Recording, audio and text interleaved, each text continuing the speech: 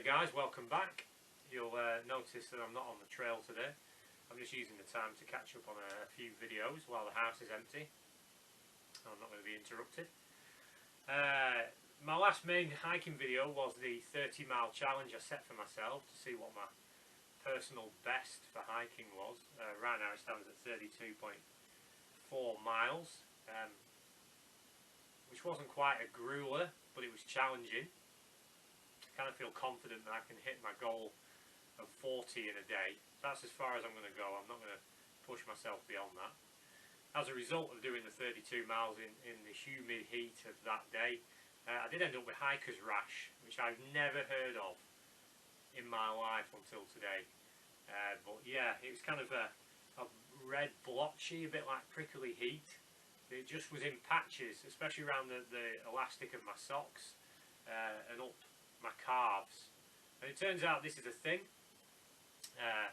usually found in older people, but because of the heat, my legs, the veins, the capillaries were struggling to cool my body down and then got inflamed.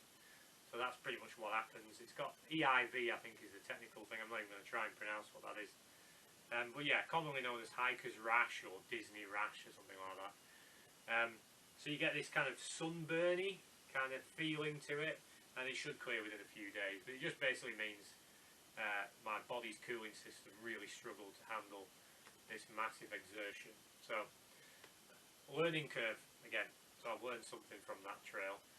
And apart from that, physically I was fine. I did get achy calves, achy quads where the muscles were being exercised, and the joints of my ankle and my toes really did sort of wake up. But I wouldn't put it on a par with, say, the first time I did Hadrian's, where I was in agony. I mean, real amounts of pain.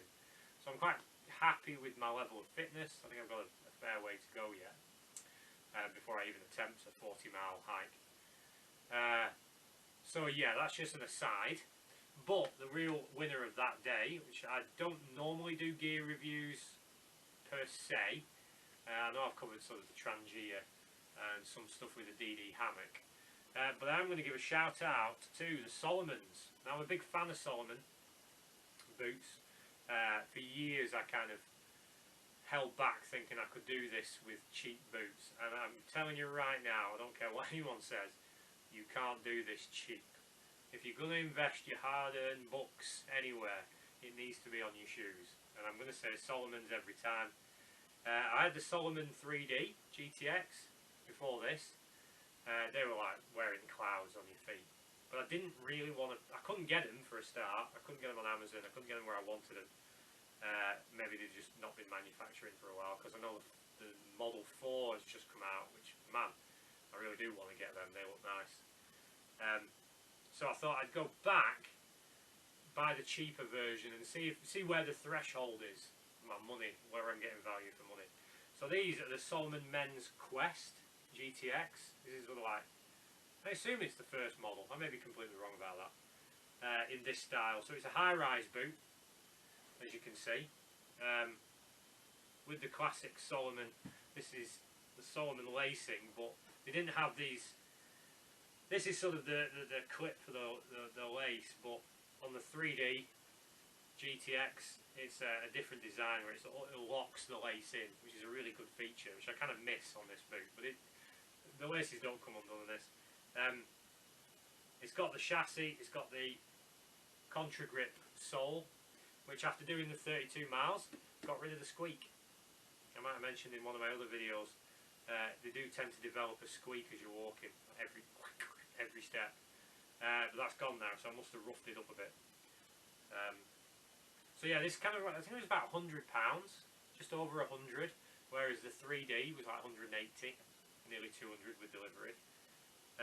Though the 3D was far more comfortable than this one. This is a bit basic. It's a bit clunky. It feels kind of, it doesn't have the comfort factor that the 3D did, but an absolutely solid boot. Like I said, I did the 32 miles, no blisters. I didn't get any blisters. Since wearing Salomon boots, I haven't had a single blister. I do believe that's partly to the boots, but I do want to do another video where I'll talk about foot care and what my foot care program is and why I don't get blisters. But yeah, so it's got the, I like the Gore-Tex. I always like synthetic boots. I'm not a big fan of leather, just preference. I treat them with nick wax spray for Gore-Tex and all that. So I'll pop the laces out after every walk and give them a respray. If they're dirty, I'll wash it all off, retreat, which does work.